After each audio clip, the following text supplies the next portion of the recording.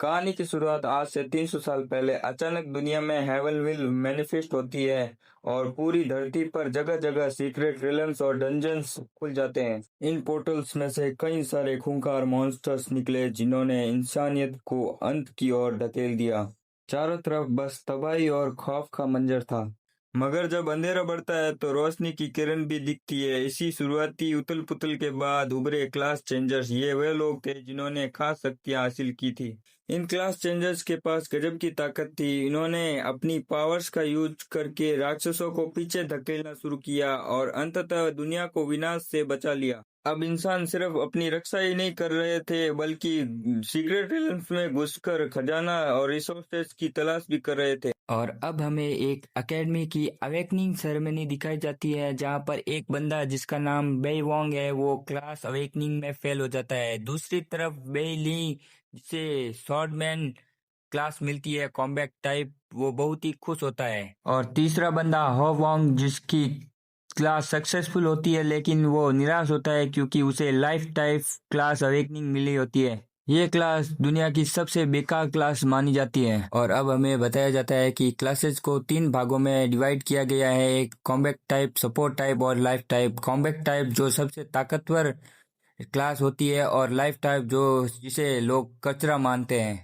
मुख्य रूप से इन क्लासेस को 4 ग्रेड्स में बांटा गया है। कॉमन जो साधारण होती है, रेयर जो थोड़े कम लोगों को मिलती है, हिडन बहुत ही रहस्यमय और शक्तिशाली होती है, डिवाइन जो ईश्वर द्वारा दी गई होती है। तभी भीड़ में हलचल मच जाती है। सबकी नजरें एक ही लड़के पे टिकी है, चैन जियांग। लोग चिल्लाने लगते हैं, अरे देखो वो चैन जियांग, हमारे स्कूल का टॉप स्टूडेंट।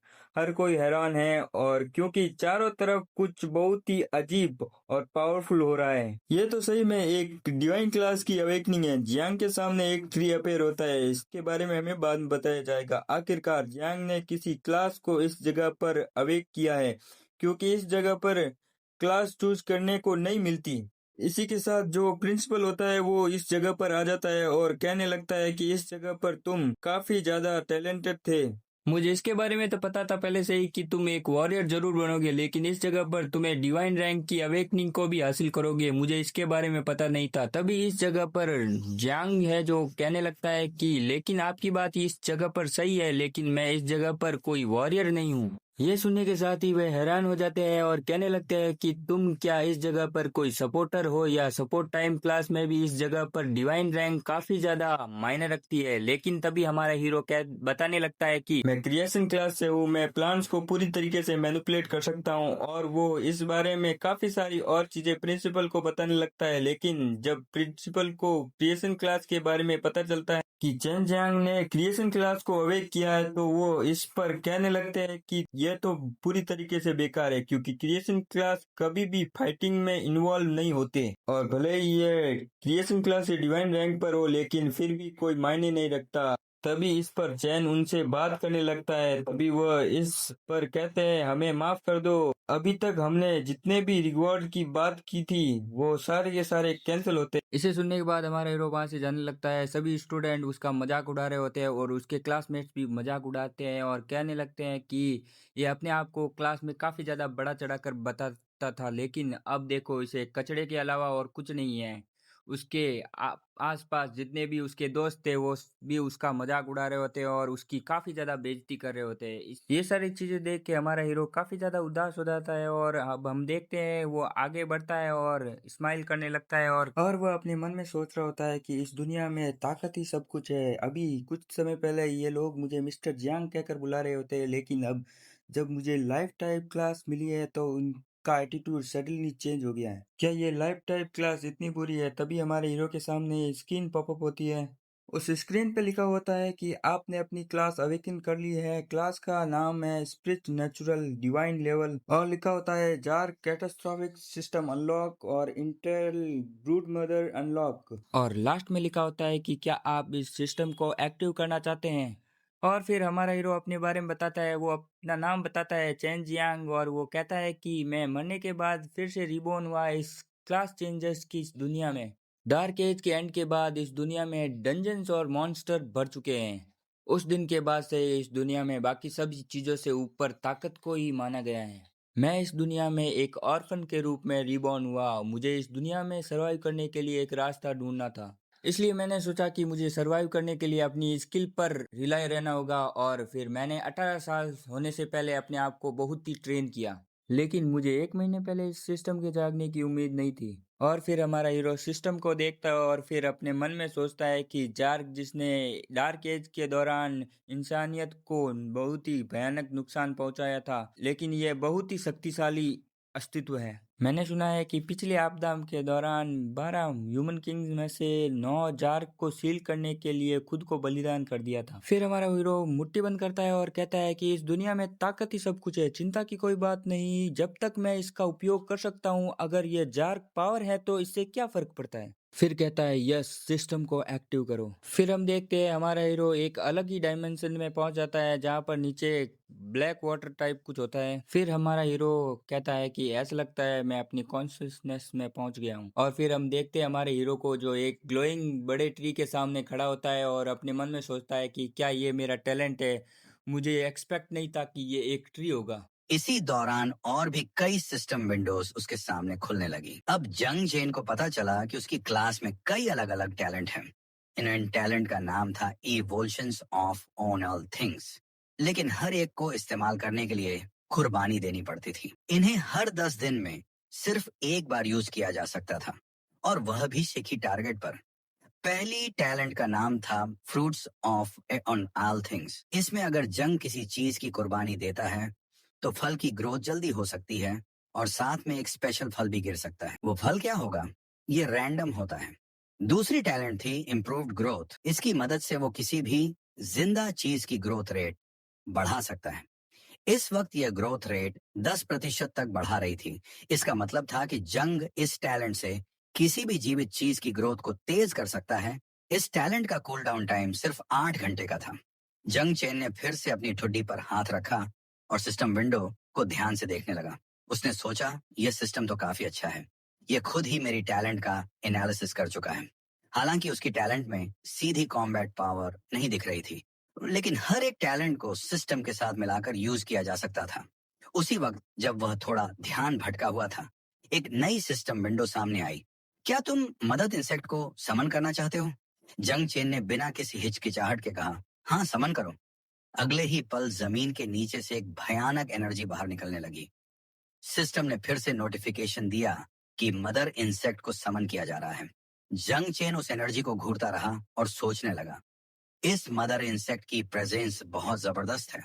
कुछ सेकंड बाद एक और सिस्टम विंडो खुली।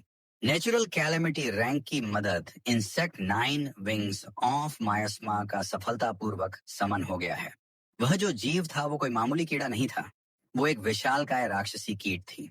जैसे ही वह समन हुई, उसकी नजर जैंग चैन पर पड़ी। जंग थोड़े कदम पीछे हट गया। वो पूरी तरह दंग रह गया था। अब एक स्टेटस विंडो खुली। उस पर लिखा था, नाम 9 मायास्मा विंग फ्रॉम द बेस, उपाधि सॉवन ऑफ डेथ इतिहास। कभी एक ऐसी कैलेमिटी रही जिसने तीसरे युग में विनाश मचा दिया था। डिवावरिंग वैल्यू 0%, एफिनिटी विद जंग चैन 100%। अब जंग को डिवावरिंग शुरू करना था, यानी मदर इंसेक्ट को शिकार खिलाकर उसकी अगली पीढ़ी तैयार करनी थी, ताकि उसकी अल्टीमेट एबिलिटीज अनलॉक हो सके। मदर इंसेक्ट धीरे धीरे जंग के पास आई। जंग हैरान था। वह सोचने लगा कि यह इतनी बड़ी क्यों है।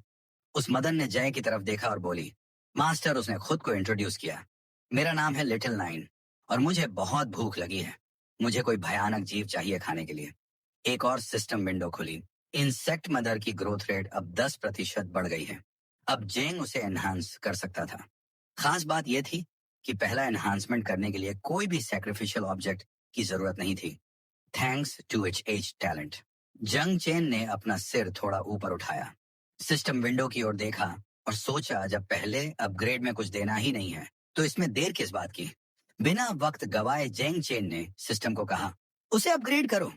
मदर इंसेक्ट का शरीर एक तेज हरे उजाले से चमकने लगा। जंग चेन उसे गौर से देखता रहा और सोचने लगा, इसे लेवल अप करने के लिए डेवरार करना जरूरी है, यानी इसे खुश रखना आसान नहीं होगा। मदर इंसेक्ट के शरीर से अब एक भारी ऑरा निकलने लगी, और जैसे ही जोंग ने अपनी लड़ाई वाली पोजीशन ली, थोड़ी थोड़ी करके उसकी इंसेक्ट मदर इवॉल्व होने लगी। और कुछ ही सेकंड में उसका शरीर एक इंसानी औरत जैसा रूप लेने लगा। उसका शरीर एक बहुत ही ताकतवर औरत छोड़ने लगा। उसके बाल सफेद थे और वह एक आर्मी जैसी आर्मर पहने थी। उसकी नजरों में खून की प्यास साफ दिख रही थी। वह धीरे धीरे जोंग की तरफ बढ़ने लगी। तभी एक नया सिस्टम विंडो खुला और बताया गया कि queen of the new plague, यानी यह नई कीड़ों की रानी, एक जबरदस्त एवोल्यूशन से गुजर चुकी है और अब उसका लेवल भी बढ़ गया है। लेवल बढ़ते ही उसे नई नई एबिलिटीज भी मिली। नर्चर इस एबिलिटी से वह जोंग को मिलने वाला एक्सपीरियंस 10 गुना कर सकती है। पॉइजनस मिस्ट से वह खुद को एक जहरीली गैस में बदल सकती है जो सब कुछ सड़ा सकती है। कम्युनियन इससे वो जोंग की सभी एबिलिटीज को 20% तक एनहांस कर सकती है। जब जोंग ने उसका इंसानी रूप देखा तो वह हैरान रह गया। तभी वह इंसेक्ट मदर दौड़कर उसके ऊपर झपटी और उसे एक जोरदार हक दे दिया। उसने खुश होकर कहा, लिटिल नाइन इवॉल्व हो चुकी है। जॉन थोड़ा घबरा गया क्योंकि उसे समझ नहीं आ रहा था कि यह सब हो क्या रहा है। तो उसने थोड़ा सा सिर घुमाया और जैसे ही उसकी नजर इवॉल्व लिटिल नाइन पर पड़ी, वो थोड़ा सा शर्मा गया। लिटिल नाइन ने उसे हक करना बंद किया और जोंग ने उसके सिर पर हाथ फेरना शुरू किया। उसने आंखें बंद की, दोनों मुट्ठियां भींची और मुस्कुराकर बोली, मास्टर लिटिल नाइन को मांस और खून चाहिए। जैसे ही जोंग उसका सिर सहला रहा था, एक नया स्टेटस विंडो खुला। उसमें लिखा था कि अब उसका नाम नाइन मायस्मा विंग है और उसके पास 4 जबरदस्त एबिलिटीज हैं। Poison mist feed, fury, united. फिलहाल उसका डिवाइन वैल्यू 0% था। जैसे ही यह बार भर जाएगी, वह अपने बच्चों यानी कीड़ों की नई फौज पैदा कर सकेगी। उसके पास 2 पैसिव एबिलिटीज भी थी, एक्सपीरियंस रिटर्न, एट्रीब्यूट एनहांसमेंट। जो ने उसका स्टेटस देखा और सोचा, स्पिरिचुअल मास्टर वाला जो मेरा टैलेंट है, उससे इंसेक्ट मदर की डिवावरिंग ग्रोथ भी तेज हो सकती है और उसका एक्सपीरियंस भी। इससे मेरी खुद की ग्रोथ भी तेजी से होगी। ऊपर से इंसेक्ट मदर मेरी सारी एट्रीब्यूट्स को 20% तक बढ़ा सकती है। मतलब मेरी क्लास और सिस्टम एकदम परफेक्ट कॉम्बिनेशन है। जोंग ने अपने दोनों हाथों को फैलाया और अचानक उसके हथेलियों से ढेर सारे कीड़े बाहर निकलने लगे। वो उनकी तरफ देखता रह गया हैरानी से, और अब जोंग ने ठान लिया था, अगर वह जल्दी से जल्दी शिकार करता रहा और डिवरार करता रहा तो बहुत जल्द उसके पास कीड़ों की एक विशाल आर्मी होगी। जॉन ने अपना सिर उस विशाल स्पिरिचुअल ट्री की तरफ घुमाया और सिस्टम मैसेज के उस पार्ट को याद किया जिसमें लिखा था, इनसेक्ट्स अबेस एक ऐसी तबाही जो किसी प्राकृतिक आपदा जितनी खतरनाक है। इस अधूरी जानकारी से इतना तो पक्का हो गया था कि यह सब किसी को बताना खतरे से खाली नहीं था। अगर किसी ने इसे जान लिया तो जॉन की जान भी जा सकती थी। उसने अपने हाथ जेब में डाले और स्पिरिचुअल ट्री को देखते हुए यह तय किया कि फिलहाल वह अपनी क्लास क्रिएशन और इंसेक्ट मदर की पॉइजनस मायस्मा एबिलिटी को यूज करेगा ताकि वह चुपचाप मॉन्स्टर्स को डिवार करके खुद को और भी ताकतवर बना सके। जोंग छुपकर रहने वाला नहीं था। उसे तो इतना स्ट्रांग बनना था कि पूरी दुनिया के सामने अपनी ताकत दिखा सके। इसी सोच में खोया हुआ था कि तभी सी ऑफ कॉन्शियसनेस का पानी अचानक से हलचल करने लगा। ये देखकर इंसेक्ट मदर तुरंत उछली और उड़ने लगी। दोनों ने पानी की तरफ देखा। जॉन ने उसे समझाया कि यह एक ही चीज की तरफ इशारा कर रहा है। इंसेक्ट मदर ने खतरनाक नजरों से पीछे मुड़कर देखा और तभी जोंग का ध्यान उसकी तरफ गया। उसने मुस्कुराते हुए कहा, मुझे खतरे का एहसास हो रहा है। तभी जोंग सिस्टम स्पेस से बाहर आ गया और जो सामने देखा उसे देखकर उसकी आंखें फटी की फटी रह गईं। उसके सामने एक आदमी खड़ा था जो उससे काफी लंबा था। काले बाल, चेहरे पर दाढ़ी और आंख पर एक गहरा सा कट यानी एक स्कार था। वो आदमी धीरे धीरे जोंग के पास आया और बिना कुछ बोले उसकी आंखों में घूर कर देखने लगा। कुछ सेकंड तक दोनों के बीच एकदम सन्नाटा था। फिर उस आदमी ने जोंग से पूछा, जो वेकनिंग फेनोमेनन पूरी सिटी ने देखा, क्या वो तुमने एक्टिवेट किया था? जोंग ने उसकी तरफ देखा, अपने दांत बींच लियो और समझ गया यह आदमी कम से कम मास्टर रैंक का तो है ही, या उससे भी ऊपर। अब वह पूरी तरह सतर्क हो चुका था और सोचने लगा, आखिर यह आदमी यहाँ क्यों आया है?